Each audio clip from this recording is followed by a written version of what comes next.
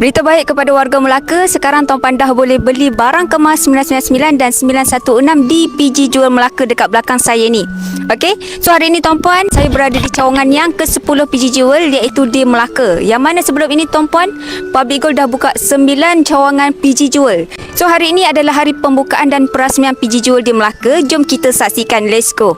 Ramai tuan-puan pelanggan yang ada di dalam. So di PG Jewel ni ada barang kemas 999 dan 916. Tuan-puan boleh pilih nak memiliki barang kemas yang berketulinan yang mana satu, dan boleh dapatkan di PG Jewel. Ada juga gold bar edisi 1 gram yang pelbagai design limited edition, dan macam-macam design lagi tuan-puan boleh tengok sendiri dalam video ini. Banyaklah rantai, cincin dan gelang. Siapa yang nak dapatkan rantai, gelang dan pelbagai lagi boleh dapatkan di cawangan.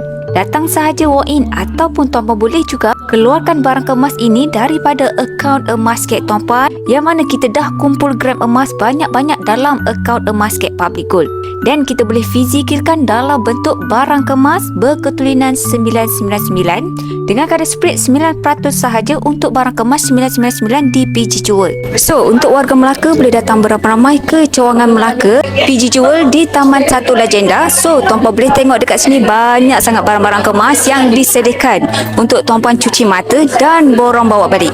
Okey tuan-puan, kita dah nak raya tak lama lagi tuan-puan. Bawa sekali teman-teman tuan-puan, kawan-kawan tuan-puan, family tuan-puan datang ke sini beramai-ramai. Okey, PG Jewel akan dibuka setiap hari pada pukul 9 pagi sampai 6 petang. Jangan tunggu lagi, datang cepat-cepat.